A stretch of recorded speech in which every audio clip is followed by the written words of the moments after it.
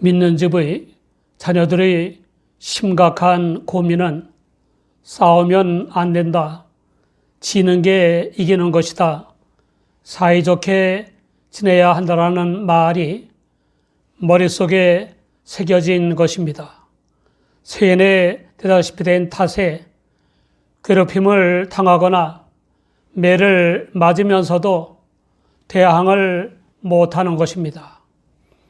그런데 마음이 편안하기는커녕 피눈물만 나고 사이가 좋아지기는커녕 증오심만 커지는 겁니다.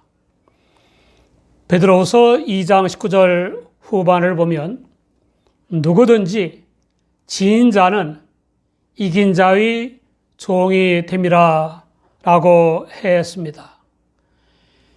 개인이나 국가나 지면 종이 되는 것입니다. 착각하면 안 됩니다. 각 집의 자녀들은 천사가 아니고 각국은 천사의 공동체가 아닙니다. 자기를 지킬 힘이 없는 사람은 평안할 수 없고 평화를 지킬 힘이 없는 국가는 평화를 누릴 수 없습니다. 싸움을 걸면 안 되지만 일단 싸움이 벌어지면 이겨야 평화를 누릴 수 있습니다. 하나님의 은혜로 성령을 조차 하나님을 믿거나 하나님의 성육이신 주 예수님을 믿어 구원받은 사람의 중요한 승리가 있습니다. 하나님의 영광을 드러내는 교회 안팎의 일을 못하게 하는 마귀와의 영적 싸움에서 이기는 것입니다. 우는 사자같이 삼킬 자를 찾는 마귀로 인한 환난이나 유혹이나 괴계를 이기는 것입니다. 보다 더 중요한 승리는 교회 안팎의 임무를 마다하고 안일히 안주하고 싶어하는 자신과의 싸움에서 이기는 것입니다. 부활하신 주 예수님을 만나는 바람에 박해자이었다가 사도가 된 바울은 동족의 배신자여 배교자라는 비난과 박해, 그리고 복음 선교로 인한 핍박과 박해를 이겨내면서 사명을 감당했습니다. 바울 사도는 복음도 전할 겸 디도를 만나기 위해서 들어와 항구에 갔습니다. 거기서 예수 그리스도께서 좋은 기회를 주셨기 때문에 얼마간의 선교의 결실을 얻는 기쁨을 누렸습니다. 한편으로는 고린도 교회의 갖가지 심각한 병폐를 해결하기 위해 보낸 디도가 고린도 교회를 방문하고 돌아오기로 했는데 만나지 못해서 심령이 편치 못했습니다. 헬라 사람인 디도는 바울 사도의 동반자여 동력자이며 절망적인 상황에서 어려운 일을 맡길 만한 판단과 능력과 재치가 있는 교역자이었습니다. 디도는 바울의 사도직과 복음을 악의적으로 왜곡하거나 사입이라고 폄훼하는 등 문제투성인 고린도 교회를 수습하는 임무를 비교적 잘 감당했습니다. 그런 디도에 대해 바울 사도는 디도서 1장 4절에 믿음을 따라된 나의 참 아들이라고 할 정도로 아끼고 사랑했습니다. 그 디도를 만나지 못해서 고린도 교회의 사정을 알지 못한 바울 사도는 디도의 신변에 대한 걱정과 고린도 교회의 사정에 대한 궁금증 때문에 심령이 불편했던 것입니다. 그래서 바울 사도는 될 수 있는 한 빨리 믿음의 형제들을 작별하고 마게도냐로 갔습니다. 바울 사도는 낙심하지 않았고 포기하지 않았습니다.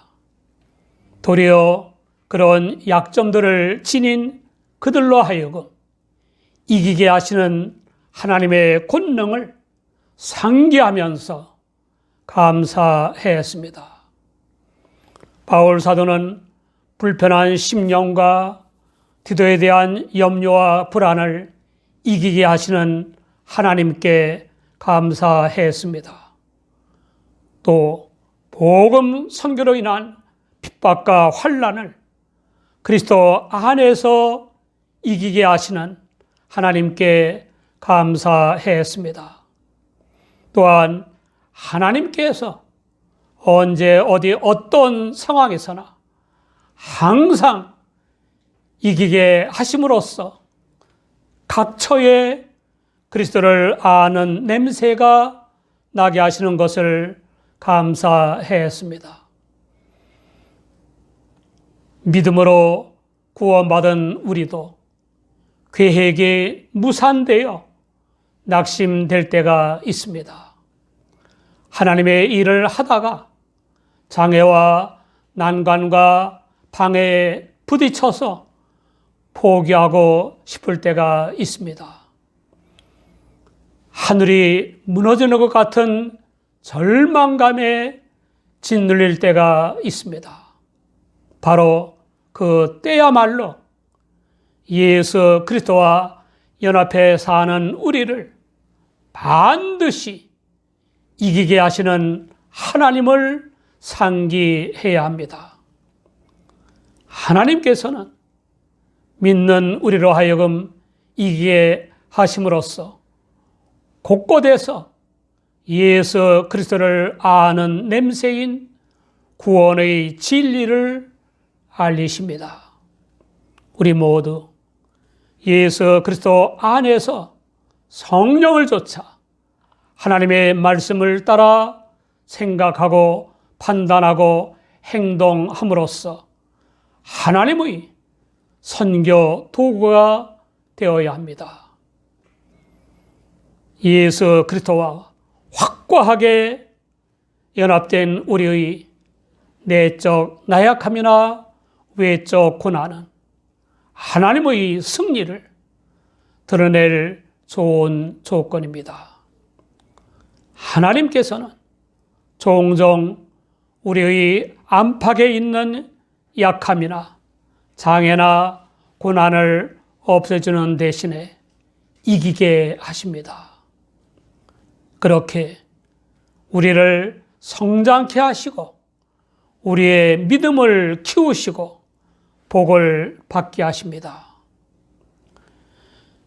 예수 그리스도와 연합한 그리스도인은 영광스럽게도 구원 상태에 있는 사람에게나 멸망 상태에 있는 사람에게나 하나님 앞에서 그리스도의 향기입니다. 예수 그리스도와 영적으로 연합하여 사는 그리스도인들은 사람들의 코를 자극하거나 마음에 감동을 주는 영웅호골과 성인 군자의 인간적인 향기가 아닙니다. 그리스도인들은 사람들의 구원과 멸망, 영원한 천국의 구원과 영원한 지옥의 멸망을 가르는 신령한 향기요, 하나님께서 연락하시는 향기입니다. 우리는 말과 행실이 그리스도의 향기가 되도록 기도와 말씀에 창념하고 순종해서 그리스도와 더욱더 확고하게 연합해야 합니다. 개혁자가 되고 장로가 되고 교회를 다닌다고 해서 다 그리스도와 연합했다고 할 수는 없습니다. 만몬과 연합한 그리스도인들도 있고 이해관계나 감투나 권력자나 이념이나 진영과 연합한 그리스도인들도 있습니다.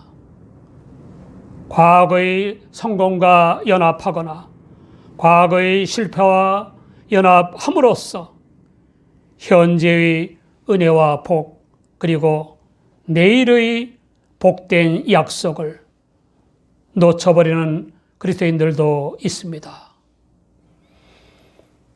대학 등록금 문제로 떠들썩하면서 불법적으로 거둔 기성예비를 돌려주라는 판결이 나기도 하고 재단의 불법과 비리가 드러나고 뇌물을 받고 예술이나 체육특기생의 부정 입학을 시킨 교실이 드러나고 입학 성적이나 서류 조작이 들통나고 연구비 횡령 등등의 범죄가 드러나곤 했습니다. 이런 범죄에 미션 스쿨이나 그리스도인은 없어야 합니다. 정치적인 야욕을 위한 거짓말과 말 바꾸기와 아부아첨을 하는 그리스도인은 없어야 합니다. 그리스도인이라면 거짓말쟁이와 이중인격자와 비리 전문가와 모함 전문가를 지지해서는 안 됩니다. 그리스도인이라면 언행에도 그리스도의 향기가 풍겨야 합니다. 어느 누구도 예수 그리스도 안에서 이기게 하시는 하나님의 능력을 외면해서는 안 됩니다. 전능하신 하나님께서는 다른 사람을 통해서라도 하고자 하시는 이 일을 이루십니다. 중국과 인도네시아에서 선교 사역을 하던 프랭크 하리스는 고향에서는 활동적이고 성공적인 인물이었습니다. 더욱이 선교에 헌신했다 하여 교회 모임 등에서 높이 떠받들어 주기도 했습니다. 그가 중국 서부의 작은 촌락에 선교사로 부임해 갔을 때 중국의 언어도 관습도 몰랐으므로 믿음의 인내와 주님의 은혜에 대해 회의를 품게 되는 시련에 빠졌습니다. 마음이 조급해지고 동료 교역자를 비난하게 되는 시험에 빠지기도 했습니다. 헌신적인 선배 선교사들이 많이 도와주었음에도 불구하고 어린이 훈련을 맡겨주지 않는다는 이유로 신경질을 부렸고 자연히 영적으로도 침체 상태에 빠졌습니다. 그러던 어느 날 예수 그리스도께서 그의 불신자 같은 태도를 책망하셨습니다. 충격을 받은 그는 참담한 심정으로 회개했습니다.